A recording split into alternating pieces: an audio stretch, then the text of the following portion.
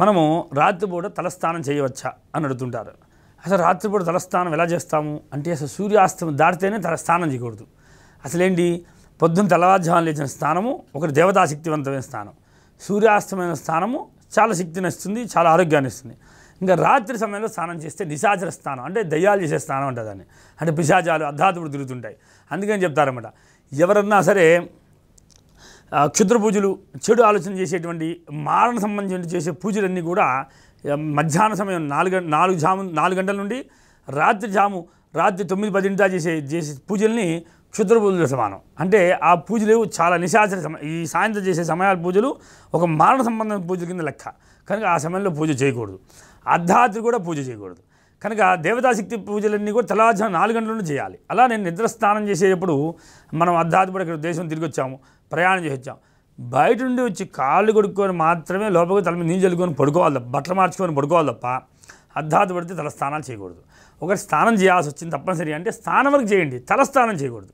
తలస్నానం ఎప్పుడు పడితే అప్పుడు చేయకూడదు. అది ఎప్పుడు తలస్నానం చేయాలంటే ఉదయం పూట మాత్రమే చేయాలి. ఉదయం పూట తలస్నానం చేస్తే ఏమవుతుందంటే శిరస్సు చాలా ప్రశాంతంగా ఉంటుంది, రోగ నిరోధశక్తి పెరుగుతుంది. అదే సాయంత్రం చేసే తలస్నానం వల్ల అనేక సమస్యలు రావడం అవకాశం ఉంటుంది. కనుక అలాంటి సాయంత్రం వరకు చేస్తే ఏం ఇబ్బంది లేదు, కానీ అర్ధరాత్రి సమయంలో చేయకూడదు, తలస్నానాలు చేయకూడదు. అందుకనే దేవతార్చనలు దేవతారాధనలన్నీ కూడా తెల్లవారుజామున జరుగుతుంటాయి. అంటే 3 గంటలు 4 గంటలు చేసే దేవతారాధన చాలా గొప్ప ఫలితాన్ని ఇస్తుంది. అదే సమయంలో మీరు చూడండి, మాలతో జపం చేసేటప్పుడు కూడా రుద్రాక్షతో జపం చేసేటప్పుడు చాలా శక్తినిస్తుంది. ఐశ్వర్యం విపరీతంగా కావాలి, ఎవరికైనా సరే ఏం కావాలి, ఐశ్వర్యం కావాలి, సమృద్ధిగా కావాలి. శంఖమాల దొరుకుతుంది. శంఖమాల చిన్న చిన్న శంఖాలతో ఒక మాల తయారై ఉంటుంది అన్నమాట. దాన్ని దారంతో గుచ్చి తయారు చేస్తారు. ఆ మాలతో కనుక మీరు లక్ష్మి యొక్క అనుగ్రహం కలగాలి అనుకుంటే ఆ మాలతో కనుక శుక్రవారం పూట కనుక తెల్లవారుజామున కనుక జపం చేసినట్లయితే లక్ష్మీ అనుగ్రహం కలిగి ఎప్పుడు ఇంట్లో కుబేర సంపద వస్తూనే ఉంటుందట. అంటే ఇంట్లో శంఖాలు వేలాడదీసినా సరే సంపద లోటు లేకుండా ఉంటారట. అంత గొప్ప విశేషమైందన్నమాట. అందుకని మనము చాలా వరకు గమనించాలి. పొద్దున తెల్లవారుజామున స్నానం అయిపోవాలి, మొదటి స్నానం. తర్వాత మీరు ఎన్నిసార్లు స్నానం చేసినా ఇంకా కౌంట్ అవ్వదు, ఇబ్బంది లేదు. కానీ తలస్నానం మాత్రం రోజు ఒకసారి చేయొచ్చు. అది మగవాళ్ళైతే మాత్రం. ఆడవాళ్ళైతే మాత్రం వారం ఒకసారి చేయాలి. రోజు స్త్రీలు తలస్నానం చేయకూడదు. ఎప్పుడు చేయాల్సి వస్తుంది అంటే దత్తాత్రేయ స్వామి ఒక స్త్రీకి సంతానం లేకపోతే స్వామివారు చెప్పిన మాట ఏమని చెప్పారంటే, నీకు సంతానం లేదు కదమ్మా, నీకు సంతానం కలిగేదాకా ఈ రావి చెట్టు మొదట్లో నువ్వు రోజు తలస్నానం చేసి వచ్చి రావి చెట్టు మొదట్లో నీళ్లు పోస్తూ ఉండమ్మా. రోజు పోయి నీకు అలా పోస్తుంటే నువ్వు తిరుగుతూ ఉండు, 40 రోజులు కలిగి సంతానం కలుగుతామని స్వామివారు చెప్పారు. ఆ చెప్పిన ప్రకారంగా ఆమె రోజు తలస్నానం నదిలో మునిగి ఆ నీళ్ళు తీసుకొచ్చి స్వామివారి నెత్తి రోజు అదే చెట్టుకు ఔదుంబర వృక్షంలో చెట్టు మొదట్లో నీరు పోస్తూ ఉండేదట. అలా పోయడం వల్ల 40 రోజుల కల్లా ఆమె సంతానం గర్భవతి 60 ఏళ్ళ ఆవిడికి సంతానం కావడం ప్రారంభించిందట. అది ఎందుకయ్యా అంటే నదీ స్నానం చేసేటప్పుడు మాత్రమే ఆడవాళ్ళు కానీ మగవాళ్ళు కానీ ఇంకా రూల్స్ లేవు. నదిలో మునిగితే అందరూ మొత్తం మునగాల్సిందే, అంటే కంపల్సరీ స్నానం మొత్తం అవ్వాల్సిందే. అంటే పూర్వంలో అందరూ నదిలోనే స్నానం చేసేవాళ్ళు. ఇప్పుడు మనం వచ్చేసరికి పంపు కింద దీని కింద కూర్చొని మోటార్ కింద కూర్చొని స్నానం చేస్తున్నాం. కనుక నదిలో స్నానం అయితే మొత్తం శిరస్సు సహా స్నానం అవ్వాలి. ఆ తడి బట్టలతోనే వచ్చి ప్రదక్షిణ చేసేవాళ్ళు. ఇప్పటికి కూడా గానిగాపూర్లో ఆ నదిలో మునిగి వచ్చి ఆ నీళ్ళని ఆ చెట్టు మొదట్లో పోసి ఆ చుట్టూ ప్రదక్షిణ చేస్తూ ఉంటారు. ఎందువల్ల అంటే అది కల్పవృక్షం అట.